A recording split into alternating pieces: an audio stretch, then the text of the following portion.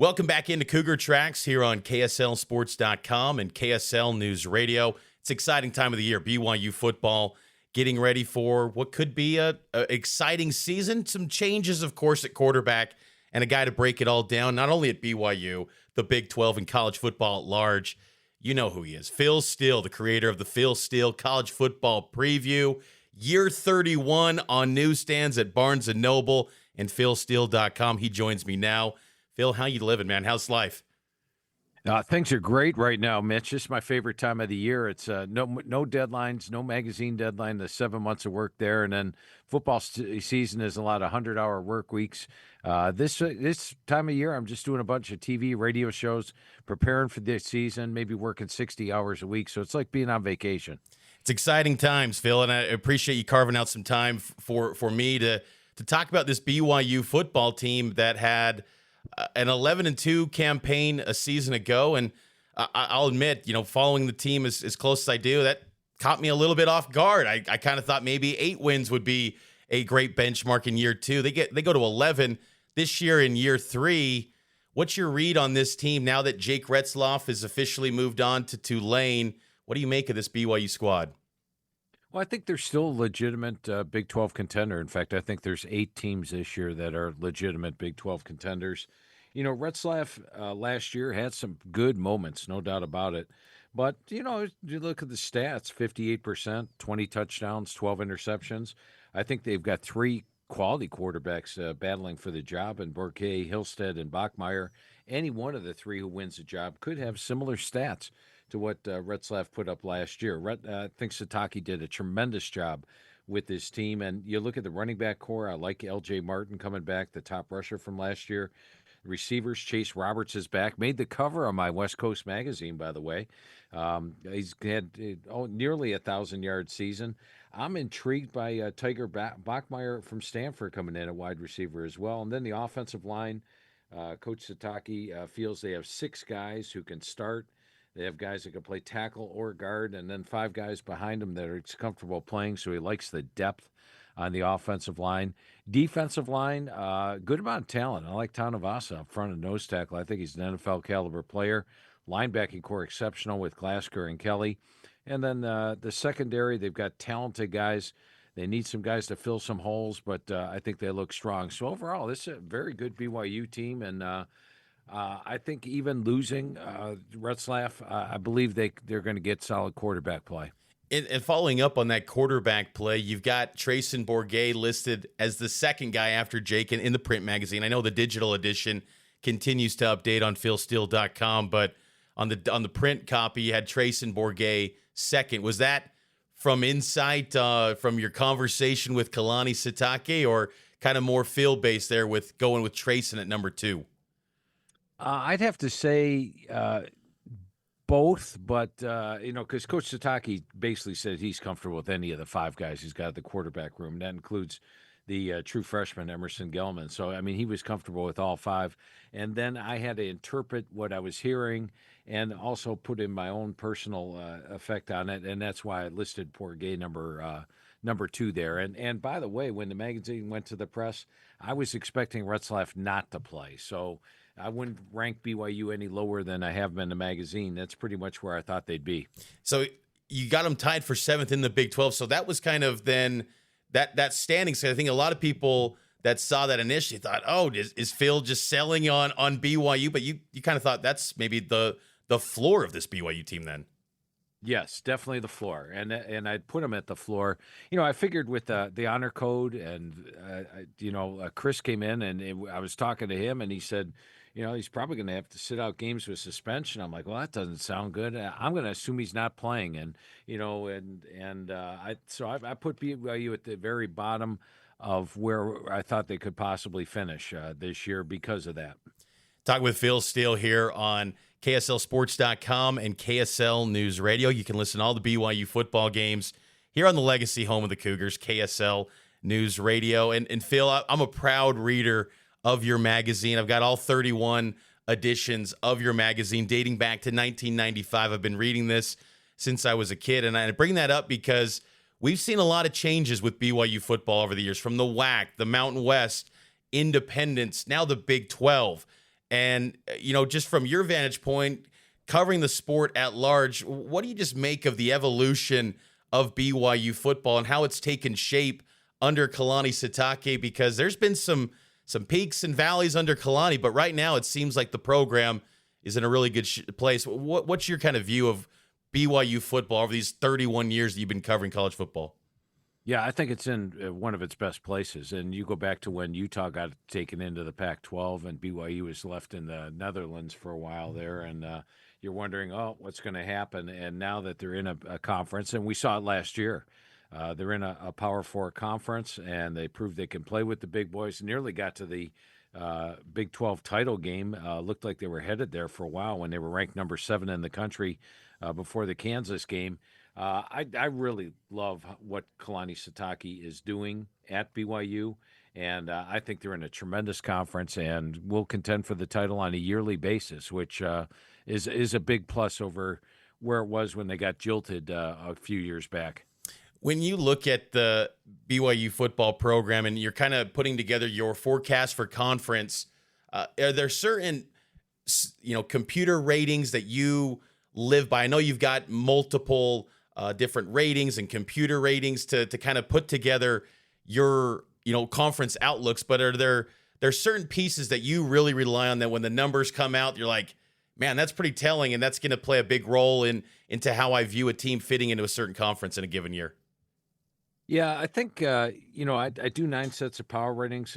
And in the Big 12 this year, I got to tell you, the biggest thing for me was schedule. That's really what determined it. I took a look at 8 teams in the Big 12, and I was talking about Baylor, Utah, Iowa State, Arizona State, Kansas State, Texas Tech, TCU, and BYU.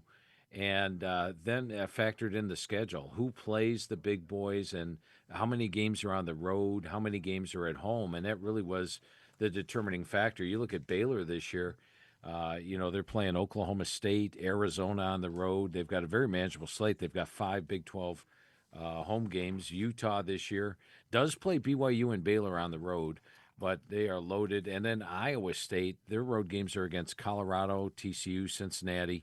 So the best schedule road-wise or home away wise went to those 3 teams. You go and take a look at Arizona State, for example. They're playing Utah on the road, Iowa State on the road, Baylor on the road. It's 3 really tough venues against 3 really tough teams. Same thing with Texas Tech. I know they added a lot of talent this year, through the portal, and we're already an experienced team. But Joey McGuire's got a team that's 15-5 at home and 6-10 on the road.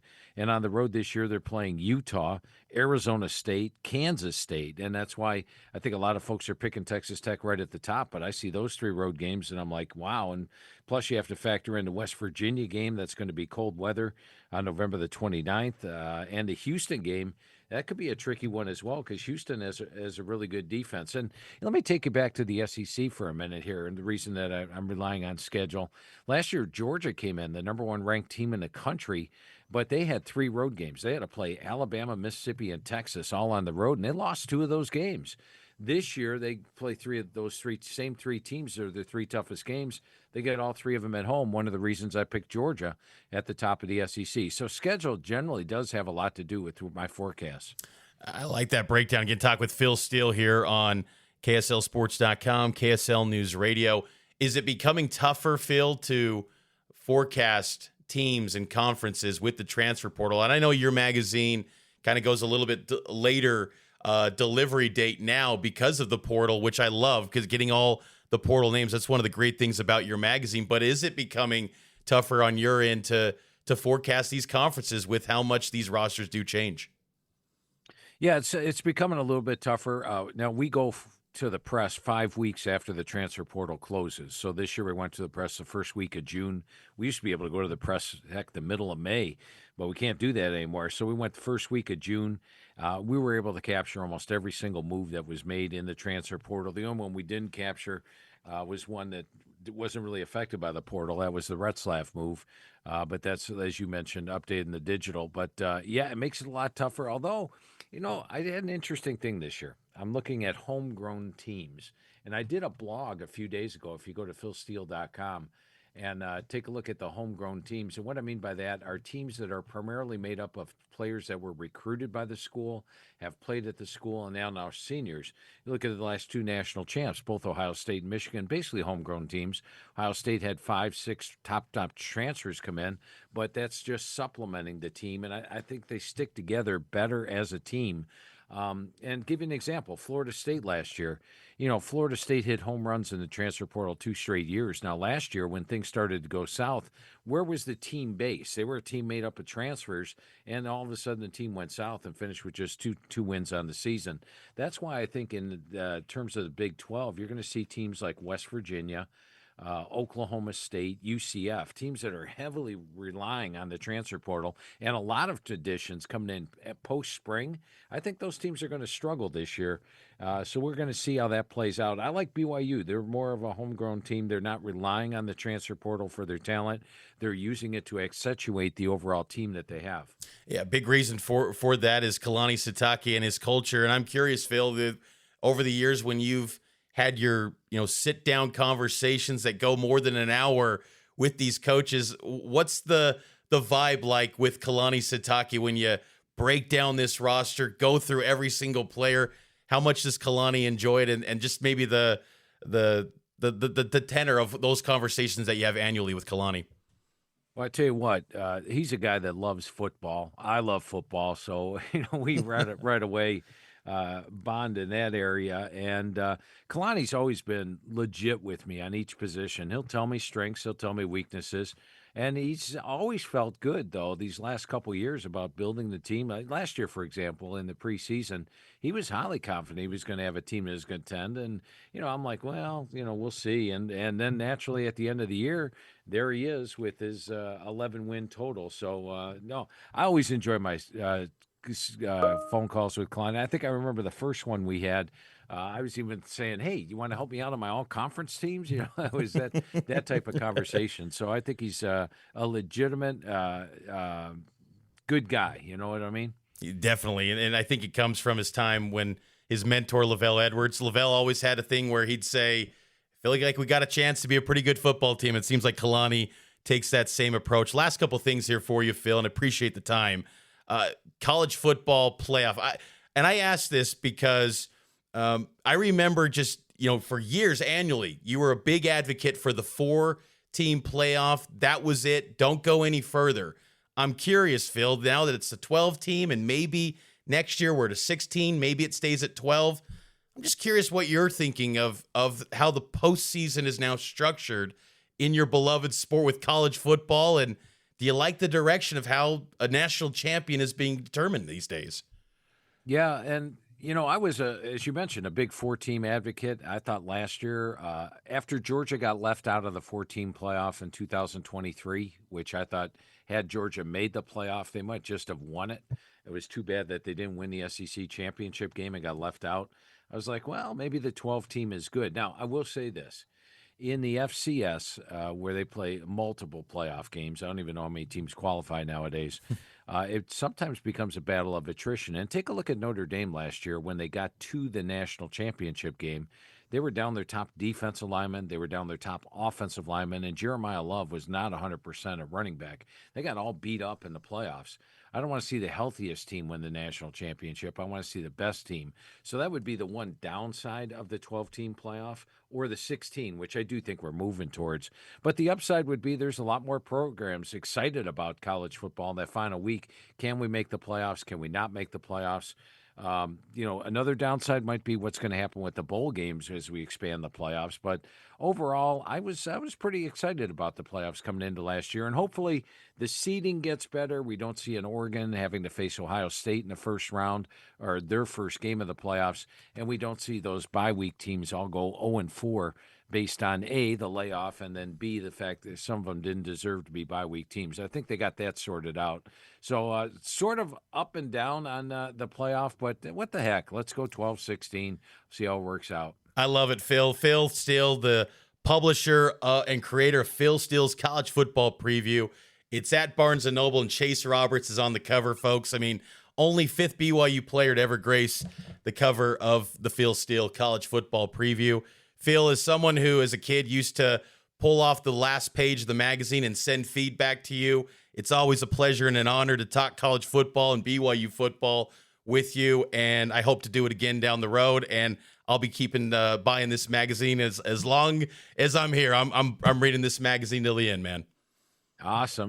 Mitch, you got 31 magazines there. I'm hoping to get another 31 for you. And you know what? Since you do have a stack of 31 magazines, anytime you want me on, you just let me know. I love it, and I greatly appreciate you being a longtime reader. That's Phil Steele. Again, you go check out philsteele.com. Get the magazine at Barnes & Noble.